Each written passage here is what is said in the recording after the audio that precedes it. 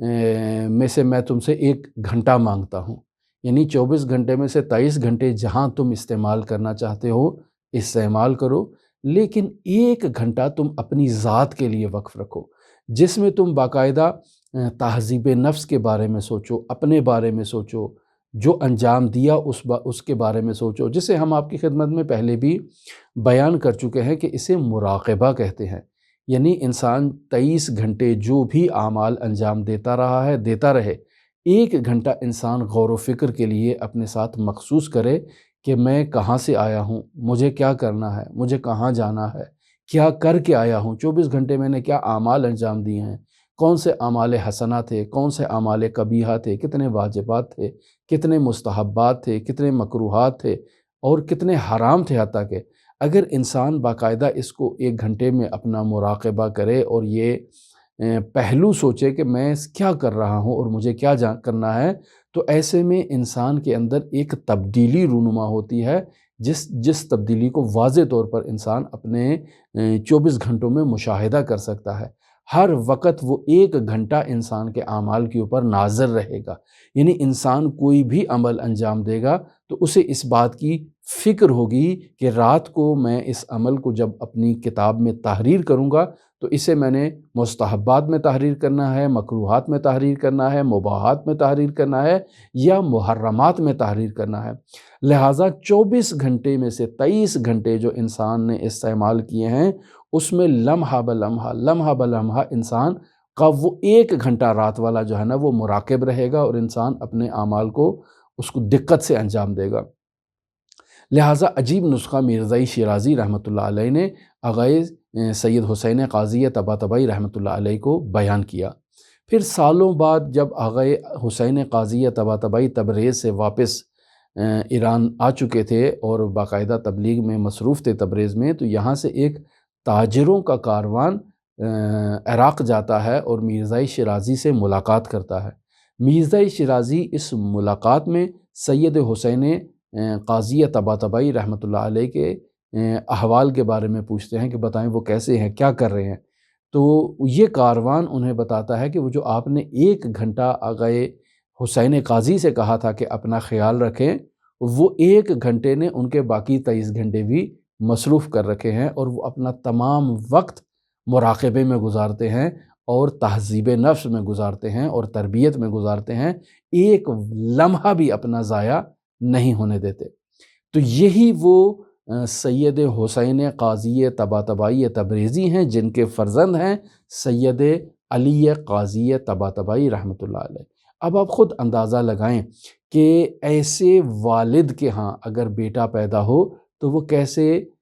باوقار، کیسے دیندار اور کیسے تزکیہ نفس نہ کرنے والا بیٹا ہوگا۔ یقینی بات ہے وہ بھی کمالات کا حامل فرزند ہوگا، چونکہ ایسے افراد اپنے بچوں کی پیدائش سے پہلے ان کی تربیت کے جو مواقع ہیں وہ فراہم کر دیتے ہیں، جو ہم آپ کی خدمت میں پہلے بیان کر چکے ہیں تفصیلاً۔ آپ اسی تربیت اولاد کے موضوع پر جو ہم نے گفتگو کی ہوئی ہے اس میں آپ مراجعہ کر سکتے ہیں۔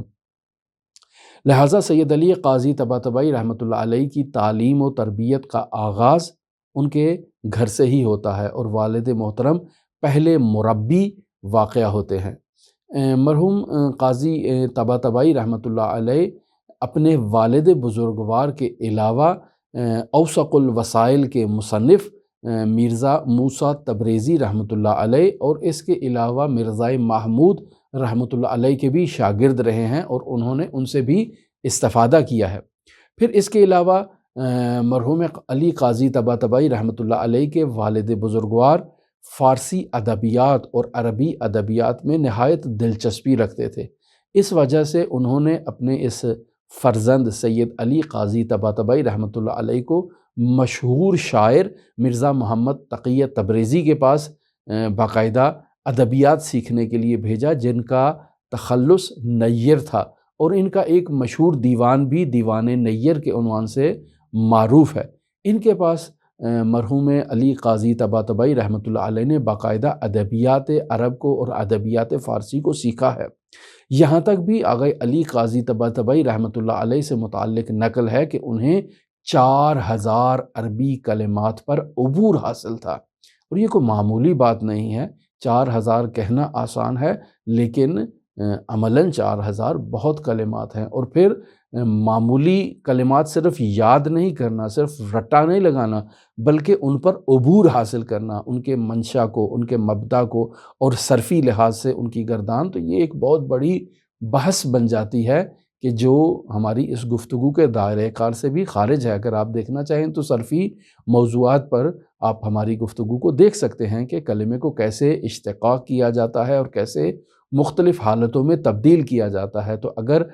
4000 مبدا یاد ہوں تو اس کا مطلب ہے 4000 ابواب یاد ہیں، اور ہر باب سے کتنے کلمات جو ہیں وہ خارج ہوتے ہیں۔ پھر خود آیت اللہ سید علی قاضی طباطبائی رحمۃ اللہ علیہ اپنی ابتدائی تربیت کے بارے میں کہتے ہیں کہ یوں تو میں نے جوانی میں متعدد علماء سے استفادہ کیا ہے، ان کی شاگردی کی ہے، لیکن جو میری تربیت میں کردار میرے والد بزرگوار سید حسین طباطبائی تبریزی رحمۃ اللہ علیہ نے انجام دیا یا کردار ادا کیا، وہ کسی دوسرے عالم کے ساتھ قابل مقایسہ نہیں ہے۔ نجف اشرف روانگی سے متعلق خود مرحوم علی قاضی طباطبائی رحمۃ اللہ علیہ کہتے ہیں کہ میرے اندر ہمیشہ ایک تڑپ تھی کہ میں حضرت مولا الموحدین امیر المؤمنین علی ابن ابی طالب علیہ آلاف التحیۃ وثنا کے محضر میں جاؤں اور ان کے حضور جا کر استفادہ کروں۔ یہ تڑپ تھی میرے اندر، لیکن وسائل نہیں تھے، مشکلات تھی، میں نہیں جا سکتا تھا۔ والد بزرگوار کا جب بیماری ہوئی ان کی اور وہ بستر بیماری پر چلے گئے، تو مجھے والد بزرگوار کی جگہ پر ان کی مسجد میں جا کر امامت کروانے کے فرائض ادا کرنا پڑے، یعنی میں ان کی جگہ مسجد جاتا تھا اور جا کر نماز ادا کیا کرتا تھا۔ ایک روز والد بزرگوار نے مجھے طلب کیا اور کہا کہ یہاں سے ایک کاروان نجف اشرف عراق جانا چاہتا ہے، اور انہوں نے روحانی کاروان کے عنوان سے آپ کا تقاضا کیا ہے۔ ظاہر ہے مسجد میں جاتے تھے، نماز پڑھاتے تھے، لوگوں سے ان کی اٹھنا بیٹھنا تھا، تو لوگوں کو پسند آیا ان کا طرز تبلیغ، تو لوگوں نے ڈیمانڈ کی ان کے والد سے کہ ہم جانا چاہتے ہیں تو ہمیں سید علی قاضی طباطبائی رحمۃ اللہ علیہ بعنوان مبلغ آپ ہمیں دیں۔ لہٰذا والد بزرگوار نے بھی بات کو تسلیم کیا اور بیٹے سے کہا کہ آپ اگر روحانی کاروان کے عنوان سے جانا چاہیں تو جا سکتے ہیں۔ یہ تو سید علی قاضی طباطبائی رحمۃ اللہ علیہ کی دلی مراد تھی، لہٰذا فوراً اپنے بیوی اور بچوں کو تیار کیا تاکہ نجف اشرف روانہ ہو جائے۔ نجف اشرف جیسے ہی مرحوم علی قاضی طباطبائی رحمۃ اللہ علیہ پہنچتے ہیں تو انہیں والد بزرگوار کے انتقال کی خبر ملتی ہے کہ والد کا انتقال ہو چکا ہے۔ لہٰذا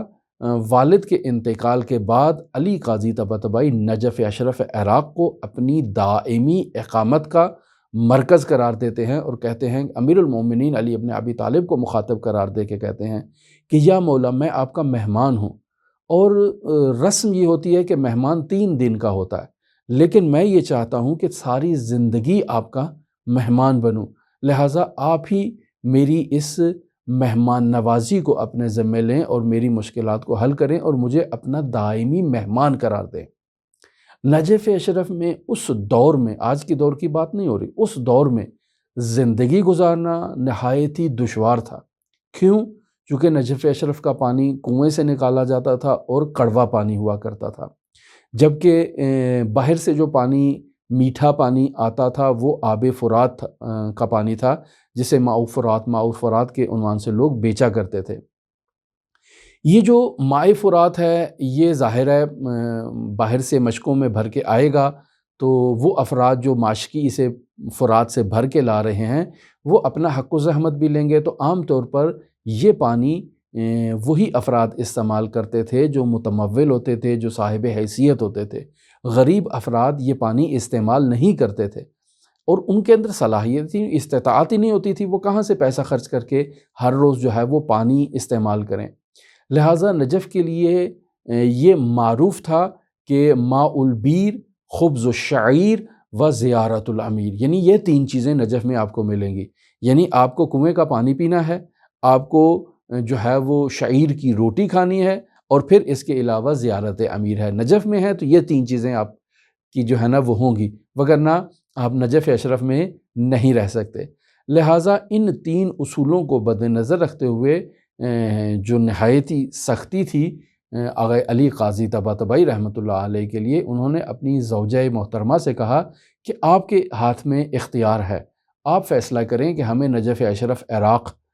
رہنا چاہیے یا واپس ایران چلے جانا چاہیے۔ بیگم کو اور زوجہ محترمہ کو چونکہ